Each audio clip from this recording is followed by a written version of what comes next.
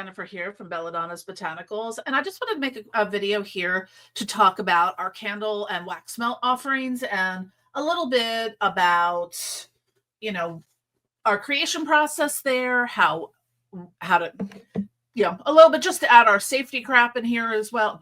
So professional of me. But so yeah, I want to talk a little bit about our candles because that's something we just started offering last year in 2024. I used to make candles before back in like 2019, I think, and early 2020. And I got away from it because I just was like, I hate making candles. It just turned out that I didn't know how to make candles very well. And once you know how to make candles fairly well, it's a lot of fun and it's easy. And maybe I'll go do that later. So we offer two types of candles, and most of them you'll see, and a lot of these I use for wholesale. Well, I just use like the black tumblers. Sorry, there's a little bit of a glare. So this is our Hecate devotional candle. So these are, I believe, 10 ounce. That's would be the volume of what it is. So I use the same jar. They're shiny and they're black. And I use the same, designs that I do. I usually have, like crystals, whether it's a full size crystal or like the smaller crystal chips. There's some botanicals. I alternate depending on the candle between the wooden wicks. Those are nice because they kind of make that like crackly sound, like a fireplace would. And this one has some glass glitter in it from, I think I got that Michael's Arts and Crafts, but they're really nice. So but I think most of our tumblers, I do use the wood wicks in. You get a nicer burn from them. I like them for that reason. I don't know if I'm still kind of building out our candle collection and matching it with our wax melts as well. So some candles I don't have the tumblers available yet, but they will be. They're on my big list of things to do. The other ones we do, I do this and is I use a lot of vintage glass for our candles. So the thing with that is you're kind of getting a collector's item in a lot of ways. I don't have them available everywhere. They're mostly available on my website and Etsy, belladonnasbotanicals.com, and our Etsy store as well. But I use different types of glass. So this is going to glow weirdly because of the light, but this is a milk glass. So this is one of our wealth candles. Sorry, sometimes the little bits on top get loose. So again, they have the design where I have the different crystals. This one has some gold leaf and glitter. Looks like some cinnamon, and I'm thinking citrine and pyrite. So this is just one style, but the thing is, because it's vintage glass, I can't just get bulk order. I mean, I could, but it would be very expensive. So I go to a lot of thrift stores and antique markets and things like that, always looking for more glass. And luckily I live in an area that has an awesome selection of that. Like I can go to almost any thrift store, even Goodwill sometimes has decent stuff. I don't go there that often because it's a little further from me, but there's tons of vintage markets and things. So when I have bins, like probably 10 bins of glass under my table in the kitchen, because that's where I make the candles, because I have these big, like, do you know what those like, are they called crafts? When you go to like a luncheon or something and you have like your little coffee and tea station, and basically I have those, but they're just for melting wax. So I keep it in the kitchen because it's easier to clean. I don't want to get wax on my rugs. Because I'm also renting at the current time. So just to show you a couple other examples of, types of, some of our vintage glass candles. The thing that's cool is every time I rebatch this candle, it's going to probably be in a different type of glass, unless I was able to get a lot of one type of glass. So these are our bayberry candles, which I am so in love with bayberry right now. The bayberry scent and bayberry wax that I have, like, I'm gonna not gonna lie, I have a candle or a wax melter. I'm just taking the top off. This is my bayberry wax melt. I have not turned on yet today. So I do a lot of cool stuff with vintage glass, which makes them really unique. Also, it explains a little bit of why our prices are a little different and can be a little higher per candle, because you're also getting a cool piece of glass. So now show you one of these. Let's see. The Wealth one, that one glows too much. So with this, now once you've burnt the candle, I mean, you've got a nice little piece of jasper, I believe. And then you've got a cool piece of glass. So if you've ever seen any of the pictures I do for my altars and stuff like that, it's because I have vintage glass everywhere in my house. I should do a walking tour of it sometime. It'll be funny. But yeah, like I use a lot of vintage glass on my altars. If you ever, maybe I'll put a picture in here of that, but because interesting, good segue to that. One of my favorite types of glass is uranium glass. I don't know how well this is going to show up in here because of the lighting, but I also have little LED, black light LED coasters I sell with them. So if you've seen my altar, like I could kind of get here, you can sort of see how it is. The whole thing glows, like it's really cool. So, but yeah, I do. So you get a cool piece of glass. Now, whatever you decide to do with that glass afterwards, you can clean it up, keep it, put it on your altar, makes a great offering bowl. So now you've got your money candle, you've done your money magic spell, and now you have a ritually charged item. So you can use this as your money bowl. You can put in, your offerings to a wealth deity you work with. So see where I'm going with this? I'm giving you a multi-purpose kind of candle. Like I like the tumbler candles, don't get me wrong. And some people prefer that for whatever reasons, but these, it's not going to say on the outside like wealth candle or have anything on it because a lot of the glass is very textured, so it would be hard to put a label on. Like some of them, but even trying to find the right size of label. I guess this one with a ruby red glass in it, but I experimented with that. And I just don't. I think it kind of doesn't get the beauty. It interferes somehow, like visually, with like how freaking awesome this candle looks. I mean, look at it. So, and lastly, we do have wax melts. This is just our moonflower one. This one was cool because I did it in 2 different colors. But so what I've been doing is kind of matching candles and wax melts, because some people live in places where you can't burn candles, or like it would just be easier to have, a wax melter thing. And those are easy again. I mean, you can find cheap ones on Amazon. I have like a really nice one out in my altar space, and this is an old candle warmer my mom gave me, like probably like 20 years ago, 15 years ago, something like that. So, it's the same, don't leave it unattended. Like I'm not going to, turn this on and, go to the grocery store, make sure to turn it on and off. You want to kind of, you don't have an open flame at least, but, you still want to follow the same kind of candle safety, because wax melters do get really hot. So that's, one thing to take into consideration. So when it comes to how we make our candles, I talked about this a little bit in like the broad creation process about us video. Like with candles, so hold on. I'm going to go get my candle book because there's math involved. So I had to get a book of mine. So no one told me that there's a lot of math involved in making candles, and I'm a little irritated. So I'm joking, but so what you have to look at is I'll use this as example. So this is a 10-ounce candle, tumbler candle. You don't put it up, you don't fill it up to the rim.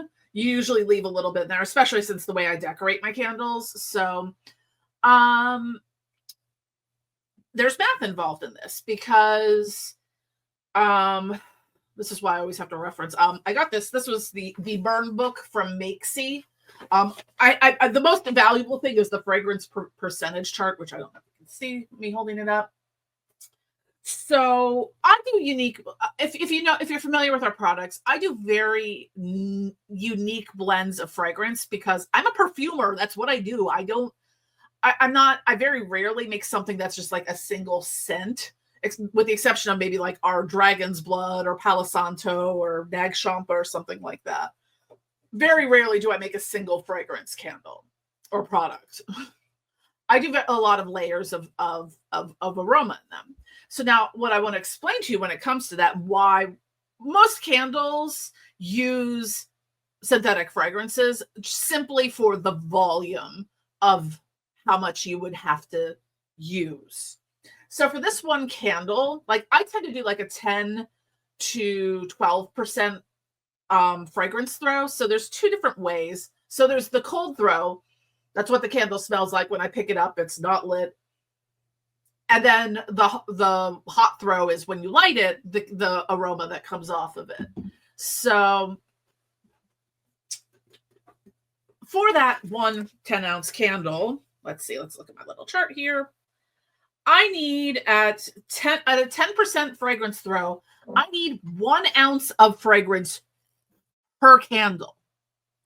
So if I'm making a dozen of these, I need 12 ounces of the fragrance for it. So, and I'm not talking, we're not like Yankee Candle stank here on our candles. So, I mean, it could go up to, if I went up to a 15% fragrance throw, I'd be using about 1.5 ounces per candle. So that's why a lot of candles use fragrances versus essential oils. And I'll also link below the video I did on, symbolic uses of things in your practice, because this candle, if I used an ounce per candle of, can't read what's in it, but this would be a very fucking expensive candle. This would be, do you want to pay $30 for a candle, or you don't want to pay $100 per candle? Because if I had to use pure essential oils for candles, and sometimes the throw from them isn't great either. Like there's a reason there's fragrances that are specifically for candles, or some that can be candles and other, like skin, like body care products as well. But that's why candles, and I'm not the only one who does this. If you're buying a scented candle, chances are, unless otherwise specified, it's synthetic fragrance. So it's symbolic. We're using those things symbolically to represent it. And it's not only that, especially when you're working with spirits, like, oh, Hecate is associated with pomegranates. Well, it's not like I have to put like pomegranate seeds on this. I mean, I have pomegranate flowers, which I probably did put on there, but I would put a pomegranate fragrance to it, because it's not only, it's the same as like burning an incense. Strawberry incense isn't made with strawberries, or, it's synthetic, but you're burning that as an offering. The smell of strawberries or pomegranate is the thing that you're really focusing on there. So just want to kind of go into the technicality of it, because I was a little shook when I realized I had to do some math, because now I'm like, I'm just gonna make candles. And it's like, okay, well, this candle has 7 different fragrances in it. Now we have to break down how much of each fragrance do we use. So fun times for someone who does not like math and is not particularly good at it. But calculators exist for this reason. So with our, kind of going in outside of that technicality, going a little bit into the general safety and some of the considerations to think about with candles. So like with the vintage glass ones, I said, you can clean these up and use them as ritual pieces. If you don't want them anymore, let me know. I will be happy. I'll send you a thing to send it back to us. If you want to donate it to your local thrift store, and also we are cutting down on how much waste. So it's more environmentally friendly, because chances are when I burn a candle like this, I'm just going to toss it after I'm done with it, because I have enough cool things to put other things in. So you'll get a cool piece of glass. And a lot of these are worth money too. Like, I mean, I get them cheaper because I do them I get them mostly like thrift stores and stuff like that. But like, going back to our uranium glass, these were all like $8 to $10 a piece. So, that's actually probably cheap for some, because I have some pieces of uranium glass, so that were like, for one piece was $40. So, yeah, so you've got there's some good sustainability stuff here.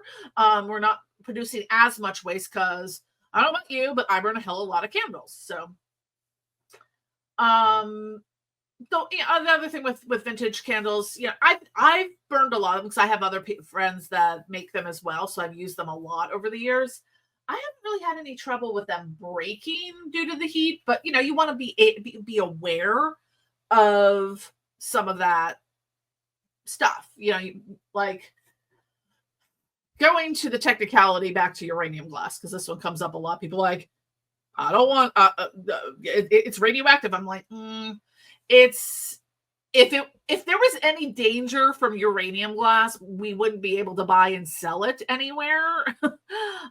It really, unless you like break it and grind up the glass and eat it, you're probably not going to have any problems. And if you're breaking the glass, grinding up and eating it, I have some questions. It's not really recommended to use it for daily. I wouldn't go have a party and serve all my stuff in uranium glass that way, but to use it in candles, have it on display, handle it, whatever, it's fine. It doesn't pose any greater risk than, say, your cell phone, your computer, all those things. So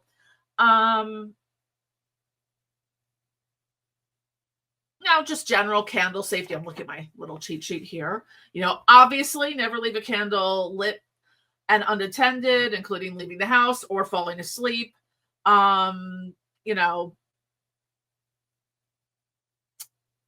should only. The one thing, and this one is common, and I honestly, I'll say I'm really bad at this sometimes. Is you should never leave a candle burning for more than 4 hours at a time.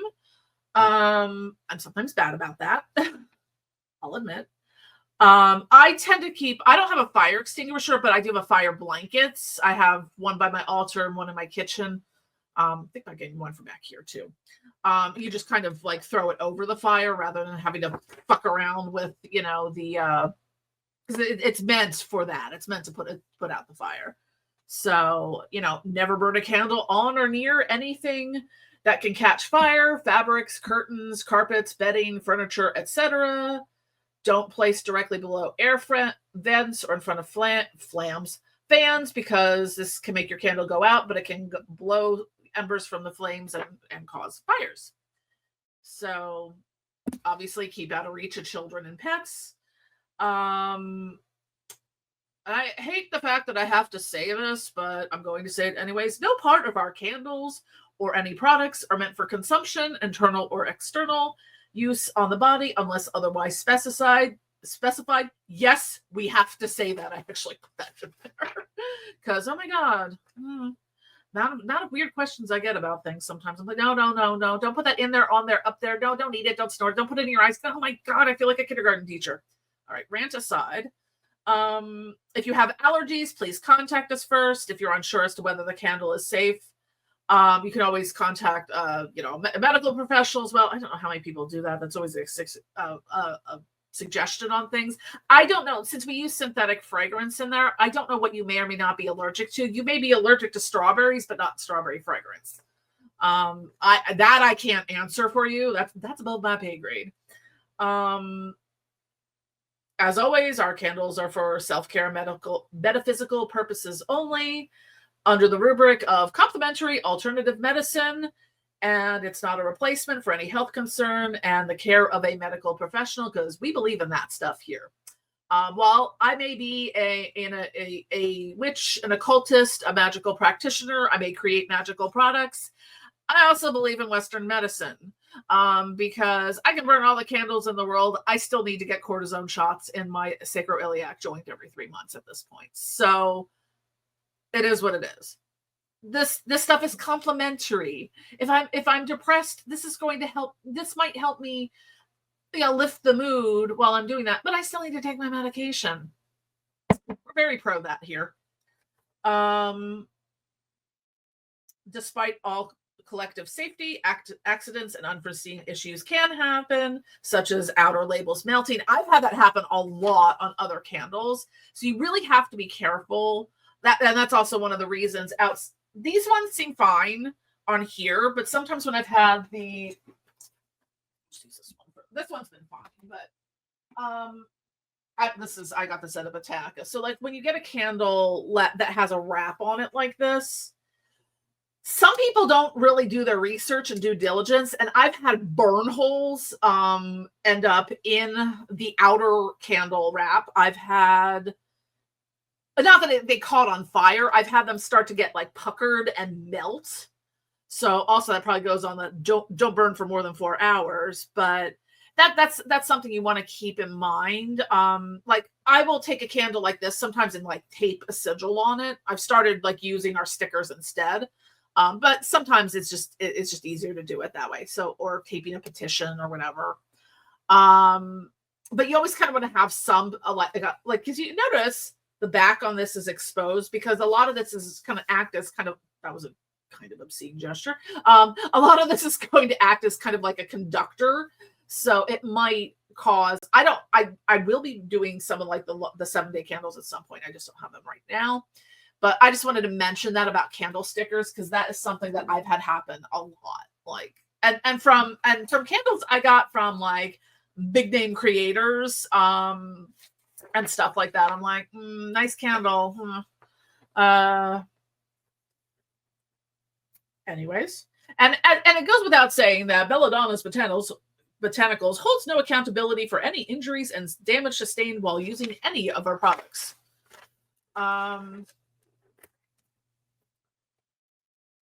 And this also goes without saying, please do not use our Spellfire blends on candles. They have an alcohol base.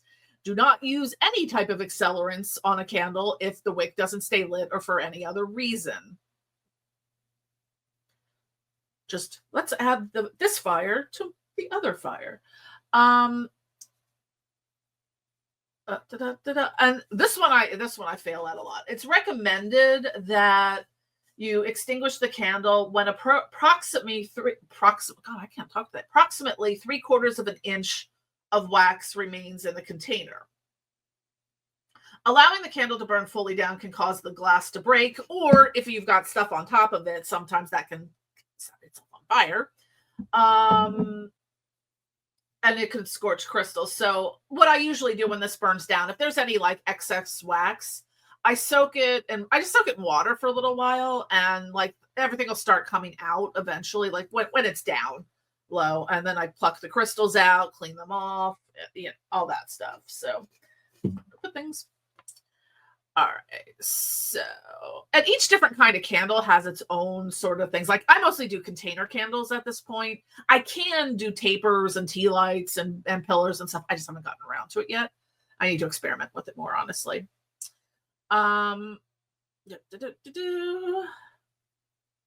So for candles that are in the vintage glassware, you may need to reduce the burn time or burn at intervals. This will help prevent the glass from breaking, especially if it's narrow at the bottom. Like think of like sometimes in the stemware. Hold on, I'll give you some examples. So what I'm talking about there, this would probably be more relevant to it. Sorry, sticker on it from when I'm selling it somewhere.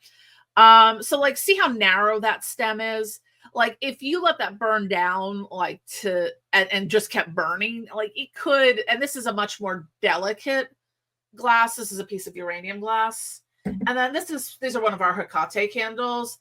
This I don't think, because it's a much sturdier glass. It's got sort of the nubbiness at the stem, and it's a much more sturdy kind of glass. This should be fine. But sometimes like it's just a matter of like this I would be more mindful because it's more delicate glass. It's got a narrower stem on it. So so for other types of candles, and when we get around to it, I'm just going to add this now.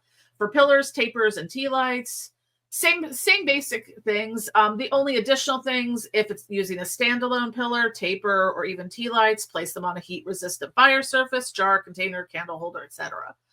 Because that actually I've messed up a few things that I had like a candle or like an incense burner on, didn't realize it was like resin or something that could melt, and then it got melty. If the candle doesn't fit or isn't steady, we recommend using stickum wax. It's stickum, STICKUM wax, to secure it. Your grandma probably had some of this stuff. I get it all. Like, it's just like a tub of wax, and it honestly, like, I could probably like stick a candle like on the side of the wall and it would stay there. It's really, I use that a lot for like jar spells and stuff that I would put a taper or like a chime candle on, or it sticks on there. It's way more secure than like melting the bottom and using the wax. So larger candles can melt and the wax may leak and flow outside the desired space. We recommend larger bowls or jars for this purpose, and I've done that. I've learned my lesson on that one too. That's the reason I'm putting this in here, is because I've messed up some of this stuff myself.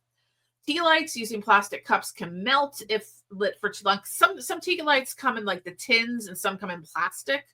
So I always use them inside a tea light candle holder, of which I have a great many. And the general instruction for candles as part of spells and rituals. And again, we make everything to be kind of,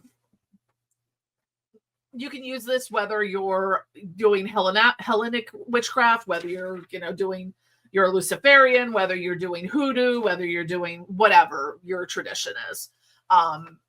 So you can add anointing oils, crystals, and herbs if you desired. Obviously, they come with enough crystals and herbs on them. So if you want to use an anointing oil on it, that's perfectly fine. Whether you're using ours or something else's. The one thing I would suggest, because again, learn from my mistakes, is that sometimes what will happen when I'm burning the candle, and if I put too much oil on it, it absorbs into the wick and then the candle goes out. And that's annoying because you then have to kind of either wait for it to dry out enough to reignite it, or sometimes you'll just kind of constantly be having that issue. So when I take like an anointing oil, I usually do it like around the edges, or just like a dot here, a dot here, a dot there. Like, I don't drown it in it because it'll make the wick go out, or it can make the wick really finicky for the entire length of the candle. So also need to keep into consideration that some materials can be highly flammable, like bay leaves are highly flammable. Eucalyptus leaves are also highly flammable. You can use them, but just be mindful, like if you stick a whole ass bay leaf in here, that thing was going to go up like an inferno in 3 seconds and burn out. But it could, cause other issues. It's not recommended to douse with water.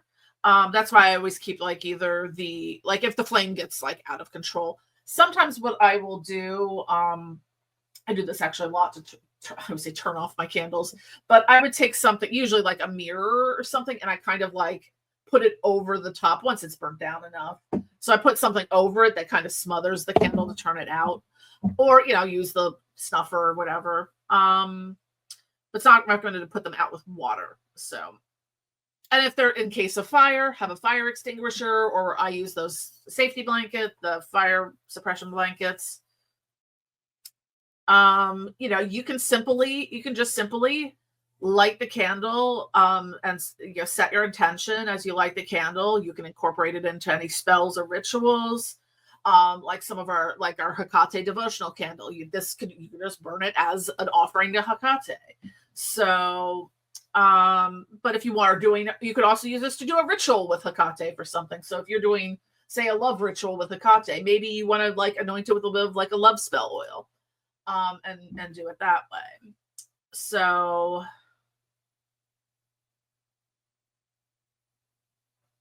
occasionally, just this is more of a technical thing. Occasionally, like if you're like in shipping or even like going back and forth at events, like sometimes things will. Yeah, like there's a couple things that are a little like got a little loose on the top of here. Usually that's no problem. Like I either press them back in, or if it's bad enough, I'll like use a heat gun to just kind of get it a little tacky again, then everything kind of fits back into place. And once you light it, the wax will melt anyway. So after the candle's finished burning, if you like to remove the crystals for later use, soak it in water and dish soap, or if you have like a wax remover or something like that, that will help too. And that's kind of